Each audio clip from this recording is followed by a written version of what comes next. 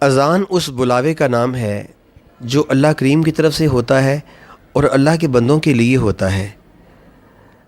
اس میں سب سے جو خاص کلمات ہیں، اللہ کی کبریائی کا اعلان کرنے کے بعد، اللہ کی الوہیت کی گواہی دینے کے بعد اور نبی کریم علیہ الصلوۃ والسلام کی رسالت کی گواہی دینے کے بعد جو سب سے خاص کلمات ہیں جنہیں کہا جا سکتا ہے کہ main purpose and main object theme of اذان، وہ کیا ہے؟ حی علی الصلاۃ، حی علی الفلاح، آؤ نماز کی طرف اور آؤ کامیابی کی طرف۔ بھائی ہر انسان کامیابی چاہتا ہے، ہر انسان دنیا میں کامیابی چاہتا ہے اور ہر انسان اخروی کامیابی بھی چاہتا ہے۔ تو اللہ کریم نے اس میں شرط نہیں رکھی کہ صرف مسلمانوں آؤ نماز کی طرف۔ اللہ پاک نے یہ بلاوا ساری انسانیت کے لیے رکھا ہے کہ کم ٹو صلاۃ، come to success, come to صلاۃ، come to success and victory and prosperity. یہ اتنے زبردست کلمات ہیں، اگر بندہ اس کے مفہوم کو سمجھ لے۔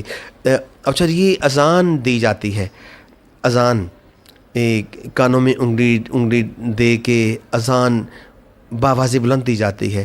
یہ کانوں میں انگلی دینے کا فلسفہ کیا ہے کہ اذان اتنی اونچی دی جائے، باواز بلند اذان دی جائے کہ گردن اوپر ہو جائے اور کانوں کے پردے متاثر نہ ہوں، اس لیے ہی کانوں میں انگلیاں دی جاتی ہیں، اور اس کا کوئی ایسا فلسفہ نہیں ہی ہے۔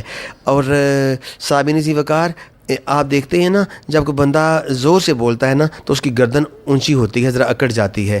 بالکل اسی طرح میرے حضور علیہ الصلوۃ والسلام نے فرمایا، میدان معاشر میں کچھ لوگ ایسے ہوں گے جن کے قد باقی لوگوں سے بڑے دکھائی دیتے ہوں گے، وہ نمایاں نظر آتے ہوں گے، اور پوچھا جائے گا یہ کون لوگ ہیں جو نمایاں دکھائی دے رہے ہیں؟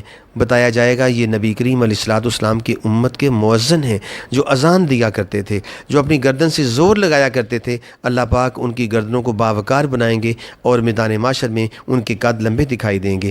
بعض لوگ اذان اپنے بچوں کا نام رکھ دیتے ہیں، اذان جو رکھ چکے ہیں وہ دل برداشتہ نہ ہوں، لیکن آئندہ پرہیز کیا جائے۔ کیا کسی بچے کا نام نماز رکھا جاتا ہے؟ کیا کسی بچے کا نام زکوٰۃ رکھا جا سکتا ہے؟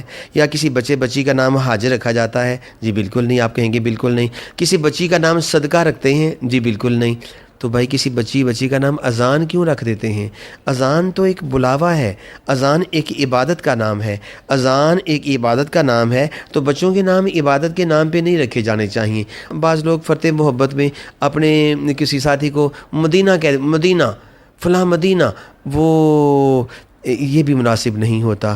بھئی اگر بچہ وہ بڑا ہو کے کوئی چوری کر بیٹھتا ہے تو بدنامی کس کی ہوتی ہے؟ لفظ مدینہ کی ہوتی ہے نا۔ اور اگر کوئی کاروبار میں ہیرا پھیری کر دیتا ہے، اگر اس قسم کی عبادات کے نام پہ نام رکھے گئے ہوں تو وہ عبادت کا نام بھی تو متاثر ہوتا ہے نا۔ اس کی عزت، اس لفظ کی عزت، توقیر اور حرمت میں فرق آ جاتا ہے۔ اس لیے اپنے بچوں کے ایسے نام نہ رکھے جائیں کہ جس میں کسی کا نام کوئی زکوٰۃ رکھ دیا جائے، یا صوم رکھ دیا جائے، یا صلوات کسی کا نام رکھ دیا جائے، یا کسی بچے کا نام درود رکھا جا سکتا ہے؟ نہیں، تو پھر اذان بھی نام نہیں رکھا جا سکتا۔ صابن ذی وقار، بعض لوگ اذان کا ادب نہیں کرتے، اذان ہوتی ہے اور لوگ خاموش نہیں ہوتے، اپنی باتیں جاری رکھتے ہیں۔ یہ بات یاد رکھیے گا، اذان ہوتی ہو تو خاموشی اختیار کی جائے۔ میں نے ہالینڈ میں اپنے ایک سفر کے دوران ایک تقریب میں تھا، وہاں پہ زیادہ غیر مسلم بیٹھے تھے، تو ایک موبائل سے اذان کی آواز شروع ہوئی۔ کسی مسلمان نے موبائل پہ اذان سیٹ کی ہوگی نا، تو جب وہ ہوئی تو وہ تقریب میں خاموشی ہو گئی، اور جو مقرر تھا اسے تقریر بند کر دی۔ اس مسلمان نے اپنی اذان کا وہ بٹن، جب وہ الارم کا بٹن دبایا نا، تو پھر اس نے اپنی گفتگو شروع کی۔ ایک بار مجھے کرسچنز کمیونٹی نے اپنے چرچ میں کسی تقریب میں بلایا، وہاں پہ ایک پادری گفتگو کر رہے تھے۔ گفتگو جب کر رہے تھے تو باہر سے کسی مسجد سے اذان کی آواز آئی۔ اس پادری صاحب نے کمال ادب کرتے ہوئے اذان سنی، اور پھر اذان سننے کے بعد، اذان مکمل ہونے کے بعد پھر اپنی گفتگو شروع کی۔ مجھے یاد ہے میں ایک بار ننکانہ صاحب سکھوں کے گردوارے میری گفتگو ہو رہی تھی، وہاں بھی باہر سے اذان کی آواز آئی، اور گردوارے میں انہوں نے اپنی عبادت، اپنی پریئر سٹاپ کر دی۔ جو وہ کر رہے تھے وہ طبلے کے ساتھ یا سازوں کے ساتھ انہوں نے سٹاپ کر دیا۔ بھئی اذان کا ادب تو ہندو بھی کرتے ہیں، سکھ بھی کرتے ہیں، پتہ نہیں کچھ مسلمان کیوں نہیں کرتے۔ اذان کا ادب کرنا چاہیے، اذان کا ادب کرنا بہت ضروری ہے۔ اور یاد رکھیے گا، اذان کے کلمات کا جواب دینا، یہ بہت بڑا اجر ہے، 35,000 نیکیاں ملتی ہیں اذان کے کلمات جواب دینے۔ کیا مطلب؟ جو مؤذن کہے وہی کہا جائے، جو مؤذن کہے بعد میں وہی کہا جائے، اور جب وہ حی علی الصلاۃ کہے تو لا حول ولا قوت الا باللہ کہا جائے، جب وہ حی علی الفلاح کہے تو وہ لا حول ولا قوت الا باللہ کہا جائے۔ اور صرف فجر کی اذان میں جب مؤذن کہتا ہے کہ الصلاۃ خیر من النوم، نماز جو ہے وہ نیند سے بہتر ہے، نماز نیند سے بہتر ہے، نماز از بیٹر دین اسلیپ، تو اس موقع پر کیا کہا جائے؟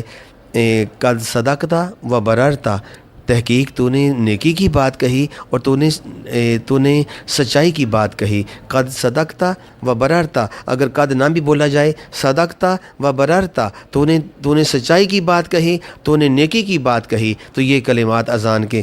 اور سامعین ذی وقار، بعض خواتین نا اگر ننگے سر بیٹھی ہوں تو وہ اذان کی آواز سنتے ہی سر پہ کپڑا کر لیتی ہیں۔ اللہ ایسی عورتوں کو جزا عطا فرمائے، بڑی اچھی بات ہے۔